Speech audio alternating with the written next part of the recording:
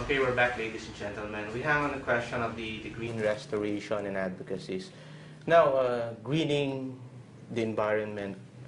Now, you're a motivational speaker, and usually in motivational speaking, we encourage people to certain advocacies to uplift their lives, to believe in themselves. Now, how would you convince us to protect the environment for people watching us right now? Well, of course, you have two types of people if you will make it very simplified. You have the people who are really into the environment, and they will go wholeheartedly into do anything, regardless of money and other issues. They just are passionate about it. Those people will take care of themselves. They don't need my advocacy. However, we have found that in order to make it big and make it strong and be sustainable, which are the three very important factors here, we have to get people to do that because they make money on it. And I think that the way I've seen for 2 years you've been into the Philippines, I think people are very much into making money. And they're good at it also, quite a lot. So I think if we can make, and that is what we have invented, like I said, I'm presenting it, in fact, this time I'm here, a new way of getting into carbon credit. Because some people say carbon credit, yeah, if we have to, we will do it.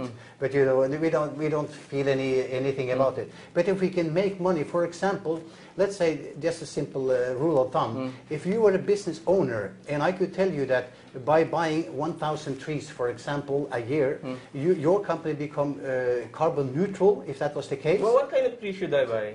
For example, well, you know, with us it's very simple. You buy a type of tree that is a mahogany tree. That's the only mahogany tree that grows in semi-arid land. Why mahogany? It's because it's profitable, and we have to have a profit behind it, so that is why.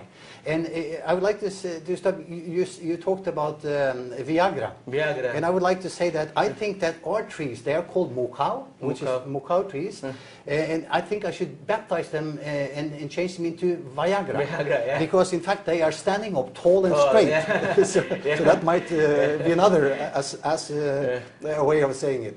However, the mahogany tree we are planting in the semi-arid land is the only place where they grow very well, and they give a good return back. And that's the prerequisite, because if we get some business people to want to become green with Better Globe, they make profit. If let's say they pay 100,000 pesos, you know, in 20 years time they will get 1 million. 10 times back the money they paid for it, and still they are green companies. So they make a profit on it, which is more than they can make on many other things. So here they become green, doing a good job, helping eradicating poverty, taking care of the climate, and make money in the process, which we think is a fantastic way of doing it. Okay, Viagra is a cure for impotence. Now, would you say that the government leaders of the world are impotent pertaining to addressing green restoration, environmental protection? I have to say that there is a big gap between what they say they would like to do and what they are doing. Yeah. So I have to answer yes. Yeah. And I won't say that the Filipino market, the Filipino people are that, because in fact, your president here, he has a goal to plant 1.5 billion trees in his period, which is really recommendable. That's fantastic. Can planting trees prevent flooding? Because we recently have floodings. Yeah. Well, I cannot say yes, and because that would be not correct. However, I believe it will help. Not only in the Philippines. You know, you can plant all the trees you can in the Philippines. It probably won't help the world. But if we plant billions of trees all around the world, many billions of trees around the whole world, it will also help in the Philippines. But the trees you're planting in the Philippines will help for the flooding you have here. That is for sure. That I can guarantee. Okay, Viagra is correlated to impotence, and impotence is correlated to sex. Yes. Now, how would you now compare sex to environment? Well, that's a difficult question to answer, but let me answer this way. I think that there is one word that has a common denominator, and that is love. Love for the environment will help the environment. Love for sex will make sex better. So, you know, I think if you have any common denominator, that would be the one. But sometimes there is sex without even love. That is correct, but then money is involved often also. So. And it's forced, and there's all kind of things in between there. So I will not go into that subject, except that I've also written 2 books about sex and love. So I have some passion about that too. So what we need is romanticism on the part of the leaders on loving the environment? I think so. Yeah. If they really find, and I think that I talked about that earlier with you, and that is in fact that if they read about it, they will get educated about it. I had no passion for trees 10 years ago. I wasn't bothered with the trees. I thought that the green people were wasting their time. That was my passion for trees. But by reading about it, understanding it, and getting educated in that matter, I now know what it is. So how could it be romantically involved in the environment? Well, you have something called tree huggers. Why don't they try to hug a tree to start with? Yeah. Walk in the forest, looking into it, talk to people who love forest. I have a passionate... But if I would hug a tree, people might look at me as like this. Yeah, but that doesn't matter. People have looked at me as crazy also, because I've had a lot of ideas that people didn't have before. So then obviously you are condemned. You're also crucified sometimes. It doesn't matter. The big leaders of the world, they are not scared of getting crucified by anybody. And so is the same with me. People will definitely criticize me for doing all sorts of things, and they will say I have another idea behind it, but it isn't, you know, because my money will come when I'm 80, 90 years old, and nobody can accuse me of wanting money when I'm 80, 90 years old, I think. So I'm doing it for the environment, for the people, and for building the society. And like I said, my goal, personal goal, is to make this world a better place to live for this and future generations. I cannot do it alone, but I hope that my knowledge, my experience, and everything I have, and the people I have with me, we will be able to do quite a big cut in that process. Now, in terms of climate change problems, poverty, let's talk about population. Would you believe that, would you agree with me, or would you agree with people that would say that population is a problem pertaining to poverty? Absolutely. There is no doubt about it. And we have to take that seriously. That is why also we are educating our children today in decent birth control and all kind of other things that has to do with, we talked about sex, so they understand that population must be controlled, because there's no way you can fight poverty or get control of poverty if you don't stop the population from increasing. But population increases not just because of birth control, but because of the influence of people within the mass media. Yeah, that is true. No, that's true. I have no comments on that, except that you're right.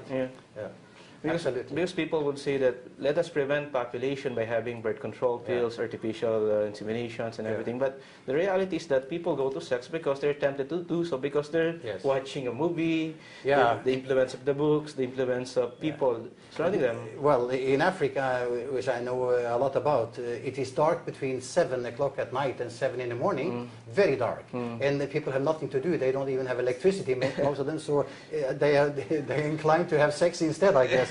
That's why they produce a lot of kids. So we plant trees instead of having sex. We're planting trees.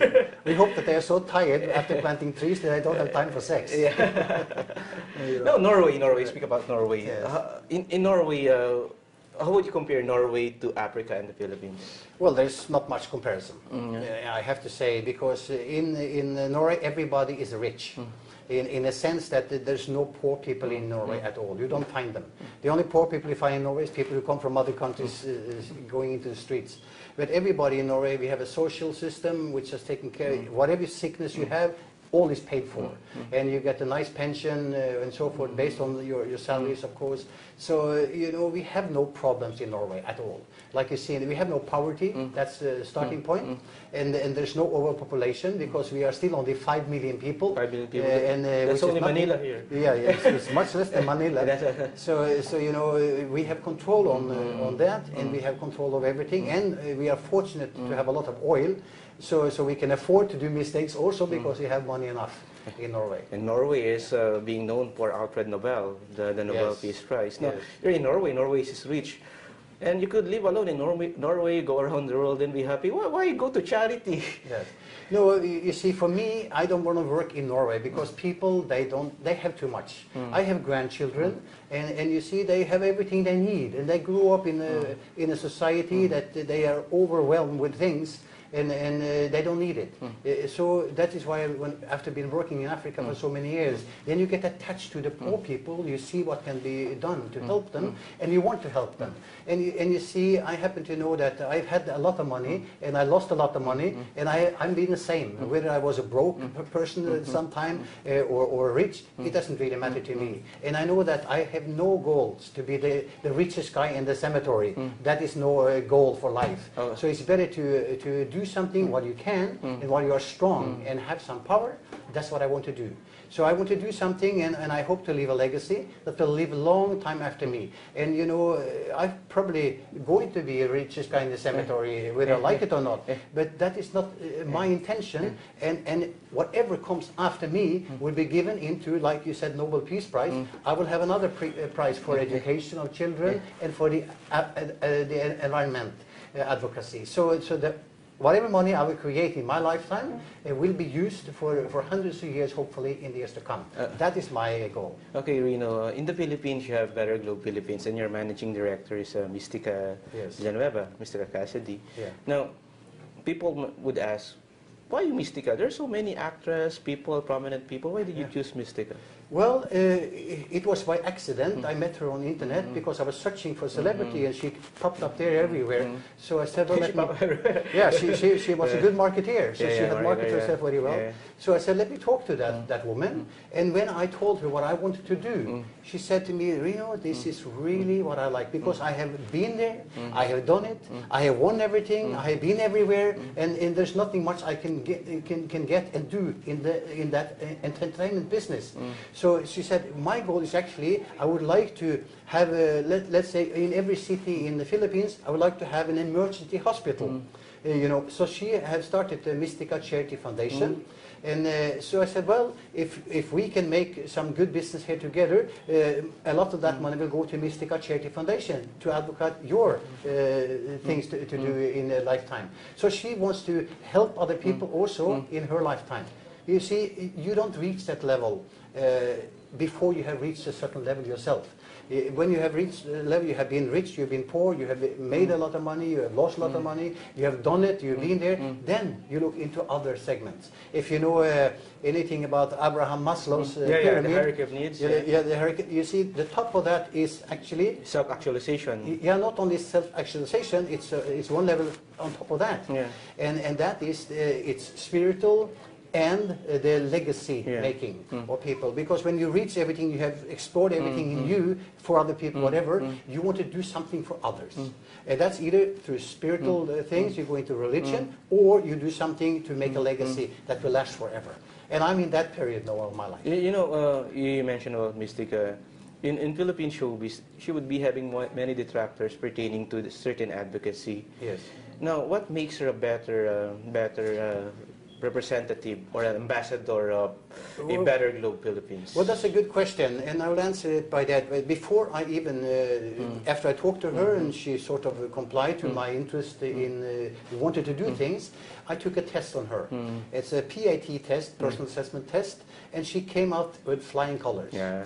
And she actually, I didn't know that, but she was a valedictorian in school. Yeah. She's a very smart lady. And you know, she can be a comedian, and a sexy comedian, and you need brains to do that. You know exactly where the borderline is, and she's never been, you know, over the line, and the way I see it. So she's a very smart lady, and she's a businesswoman also. So I think that the combination of being a celebrity, a businesswoman, and being smart, coming out on top flying colors on our test, shows that she's the right person.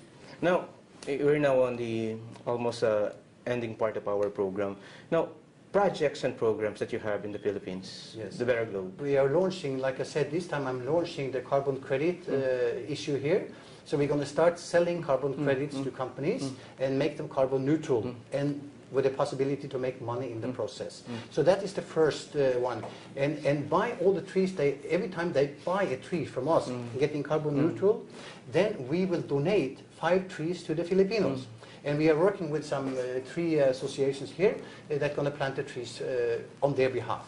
And that's no money for that, for us in that. We are just donating tree seedlings. And also, I have brought a Belgian professor in vitro production. That means cloning of trees. He's coming next week. And we're going to see Ramon Paje and some other prominent people in the university to teach them and show them how to clone trees faster and better. And I hope that by having maybe open up for a possibility of cooperating between the Belgian country and the Filipino government, we can be able to get more trees produced here on a cheaper rate and to a betterment of the Philippines. So that's my way of thinking in the Philippines for the family.